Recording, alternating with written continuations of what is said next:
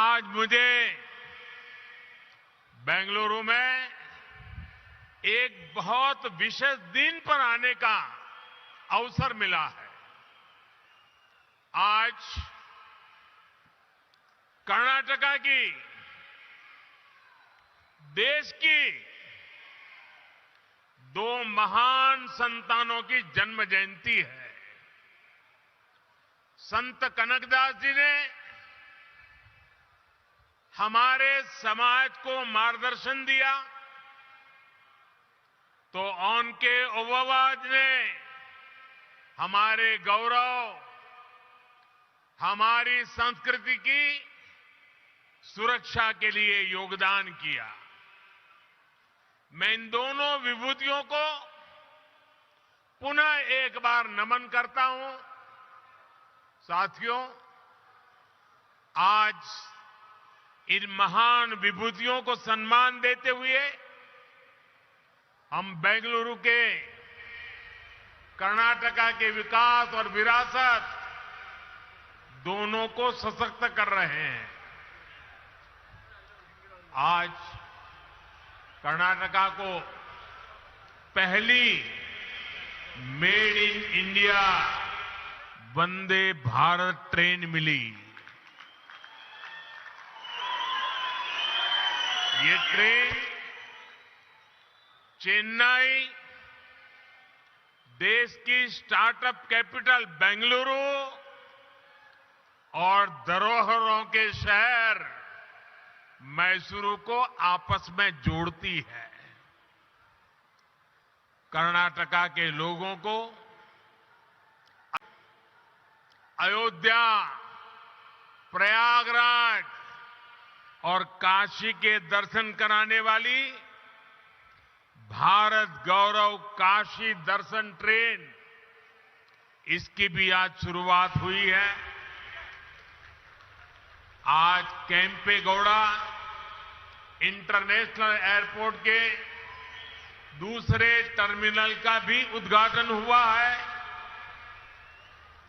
मैंने social media पर airport के नए टर्मिनल की कुछ तस्वीरें पोस्ट की थी और आज वहां जाकर लगा कि नया टर्मिनल तस्वीरों में जितना सुंदर दिख रहा है, उससे भी ज्यादा भव्य है, आधुनिक है। ये बेंगलुरु के लोगों की बहुत पुरानी मांग थी, जो अब हमारी सरकार पूरा कर रही है। साथियों, मुझे नाड़ प्रभु केम्पेगौड़ा जी की 108 फीट की प्रतिमा के अनावरण और उनके जलाभिषेक का भी अवसर मिला। भाइयों और बहनों, ये मेरा सौभाग्य है कि आज पूज्य स्वामी जी ने जिस प्रकार से आशीर्वाद दिए, जिस प्रकार से भावना प्रकट की, मैं हृदय से उनका आभार व्यक्त करता हूं। साथियों, आज पूरी दुनिया में भारत की पहचान स्टार्टअप के लिए है और भारत की इस पहचान को सशक्त करने में बहुत बड़ी भूमिका हमारे बेंगलुरु की है। स्टार्टअप सिर्फ एक कंपनी भर नहीं होता। स्टार्टअप एक जज्बा होता है, कुछ नया करने का जज्बा, कुछ हटकर के सोचने का जज्बा। स्टार्टअप एक विश्वास होता है हर उस चुनौती के समाधान का जो देश के सामने है। इसलिए बेंगलुरु एक स्टार्टअप स्पिरिट का प्रतिनिधित्व करता है। यही स्टार्टअप स्पिरिट आज दुनिया में भारत को एक अलग लीग में खड़ा करती है। भाइयों और बहनों, आज यहां जो कार्यक्रम हो रहा है, ये भी बेंगलुरु की इसी युवा स्पिरिट का प्रतिबिंब है। आज शुरू हुई वंदे भारत एक्सप्रेस भी सिर्फ एक नई ट्रेन नहीं है, बल्कि ये नए भारत की नई पहचान है। 21वीं सदी में भारत की रेलवे कैसी होगी, ये उसकी झलक है। वंदे भारत एक्सप्रेस इस बात का प्रतीक है कि भारत अब रुक रुक चलने वाले दिनों को पीछे छोड़ चुका है। भारत अब तेज दौड़ना चाहता है और इसके लिए हर संभव प्रयास कर रहा है। साथियों, आने वाले 8-10 सालों में हम भारतीय रेल के कायाकल्प का लक्ष्य लेकर चल रहे हैं। 400 से ज्यादा नई वंदे भारत ट्रेनें, विस्टाडोम कोचेज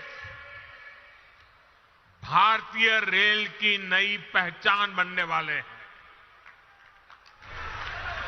मालगाड़ियों के लिए डेडिकेटेड फ्रेट कॉरिडोर, ट्रांसपोर्टेशन की गति बढ़ाएंगे और समय भी बचाएंगे। तेजी से हो रहा ब्रॉडगेज परिवर्तन का काम नए नए क्षेत्रों को रेलवे के मैप पर लेकर आ रहा है और इन सब के बीच आज देश अपने रेलवे स्टेशनों को भी आधुनिक बना रहा है। आज आप बेंगलुरु के सर एम विश्वेश्वरैया जी के रेलवे स्टेशन जाते हैं तो एक अलग ही दुनिया का अनुभव होता है। हमारा लक्ष्य देश के बड़े रेलवे स्टेशनों को इस प्रकार आधुनिक बनाने का है। इसी सोच के साथ यहां कर्नाटका में भी बेंगलुरु कैंटोनमेंट यशवंतपुर रेलवे स्टेशनों का भी कायाकल्प किया जा रहा है। साथियों, विकसित भारत के निर्माण में हमारे शहरों के बीच कनेक्टिविटी की भी बड़ी भूमिका होगी। देश में एयर कनेक्टिविटी का ज्यादा से ज्यादा विस्तार हो, हमारे एयरपोर्ट्स का विस्तार हो, ये आज समय की मांग है। बेंगलुरु एयरपोर्ट का नया टर्मिनल इसका उपयोग करने वाले पैसेंजर्स के लिए नई सुविधा लेकर आएगा। आज भारत दुनिया में एयर ट्रैवल के सबसे तेजी से बढ़ने वाले मार्केट में से एक है। जिस तरह देश आगे बढ़ रहा है, उसी तरह एयरपोर्ट्स पर पैसेंजर्स की संख्या भी बढ़ रही है। इसलिए हमारी सरकार देश में नए एयरपोर्ट्स का भी निर्माण करा रही है। 2014 से पहले देश में 70 के आसपास एयरपोर्ट थे, 70। अब इनकी संख्या 140 से ज्यादा हो गई है। डबल बढ़ते हुए ये एयरपोर्ट्स हमारे शहरों का बिजनेस पोटेंशियल बढ़ा रहे हैं, नौजवानों के लिए नए अवसर भी बना रहे हैं। साथियों, आज पूरी दुनिया में भारत में निवेश के लिए जो अभूतपूर्व विश्वास बना है, उसका बहुत बड़ा लाभ कर्नाटका को भी मिल रहा है। आप कल्पना कीजिए, बीते 3 वर्ष जब पूरी दुनिया कोविड से प्रभावित रही, तब कर्नाटका में लगभग 4 लाख करोड़ रुपए का निवेश हुआ। पिछले वर्ष एफडीआई को आकर्षित करने में कर्नाटका देश में अग्रणी रहा है। और ये जो निवेश हो रहा है, ये सिर्फ आईटी सेक्टर तक सीमित नहीं है, बल्कि बायोटेक्नोलॉजी से लेकर डिफेंस मैन्युफैक्चरिंग तक हर सेक्टर का यहां विस्तार हो रहा है। देश में एयरक्राफ्ट और स्पेसक्राफ्ट इंडस्ट्री में 25% हिस्सेदारी ये हमारे कर्नाटका की है। देश की सेना के लिए जो एयरक्राफ्ट और हेलीकॉप्टर हम बना रहे हैं, उसमें से लगभग 70% यही बनते हैं। देश में इलेक्ट्रिक व्हीकल मैन्युफैक्चरिंग में भी कर्नाटका बहुत आगे है। आज फॉर्च्यून 500 कंपनियों में से 400 से अधिक कंपनियां कर्नाटका में काम कर रही है, और ये लिस्ट लगातार बढ़ रही है। ये सब कुछ इसलिए हो रहा है क्योंकि आज कर्नाटका डबल इंजन की ताकत से चल रहा है। भाइयों और बहनों, आज बात चाहे गवर्नेंस की हो या फिर फिजिकल और डिजिटल इंफ्रास्ट्रक्चर के निर्माण की, भारत एक अलग ही लेवल पर काम कर रहा है। आज पूरी दुनिया हैरान होती है जब भारत के डिजिटल पेमेंट भीम यूपीआई के बारे में सुनती है। क्या 8 वर्ष पहले ये कल्पना करना भी संभव था? Made in India, 5G technology, क्या ये सोचा भी जा सकता था? इन सब में बेंगलुरु के युवाओं की, यहां के प्रोफेशनल्स की बहुत बड़ी भूमिका है। 2014 से पहले के भारत में ये चीजें कल्पना से परे थी। इसका कारण ये है कि तब जो सरकारें थी, उनकी सोच ही पुरानी थी।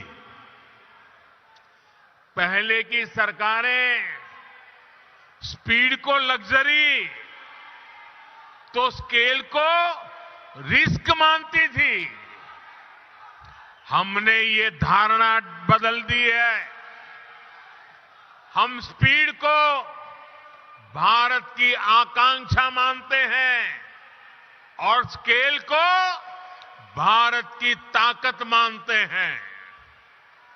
इसलिए आज भारत पीएम गति शक्ति नेशनल मास्टर प्लान के तहत देश में इंफ्रास्ट्रक्चर का विकास कर रहा है। हम सभी साक्षी हैं कि कैसे अतीत में इंफ्रास्ट्रक्चर के निर्माण में सबसे बड़ी समस्या तालमेल की रहती थी। जितने ज्यादा विभाग, जितनी ज्यादा एजेंसियां उतनी ही देरी निर्माण में होती थी। इसलिए हमने तय किया कि सबको एक प्लेटफॉर्म पर लाया जाए। आज पीएम गति शक्ति नेशनल मास्टर प्लान के तहत 1500 से ज्यादा लेयर्स भी हैं। डेटा विभिन्न एजेंसियों को सीधे उपलब्ध हो रहा है।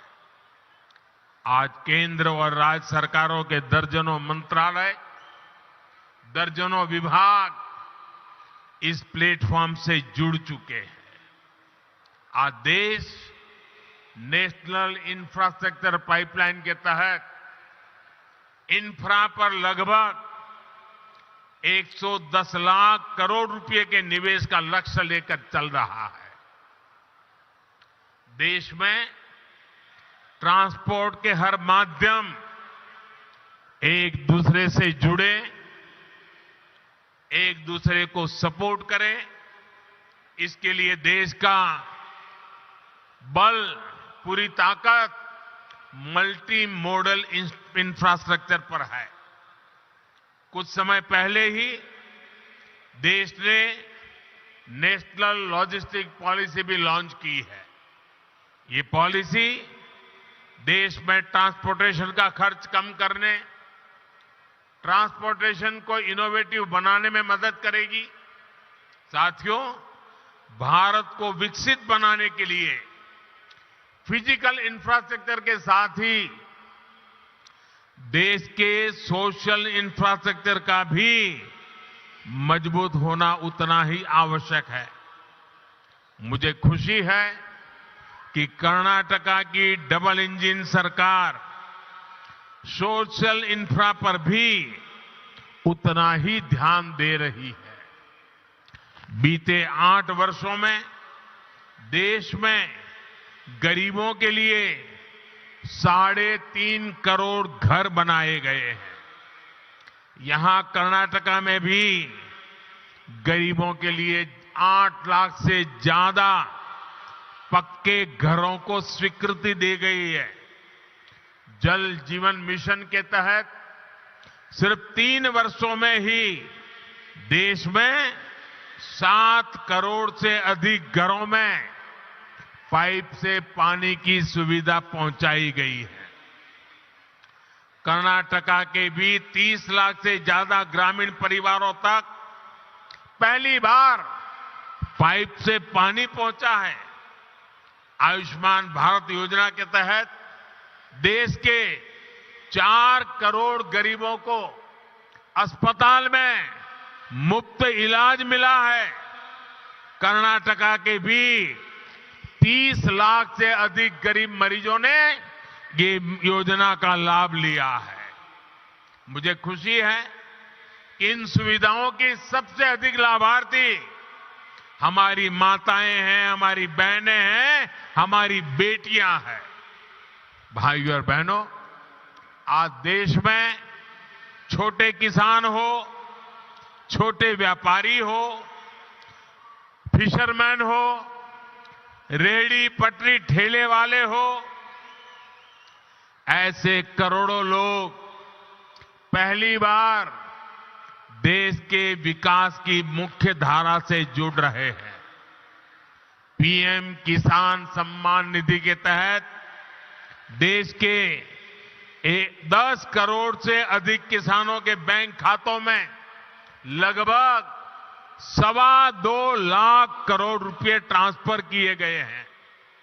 कर्नाटका के भी 55 लाख से ज्यादा छोटे किसानों को लगभग 11,000 करोड़ रुपए मिल चुके हैं।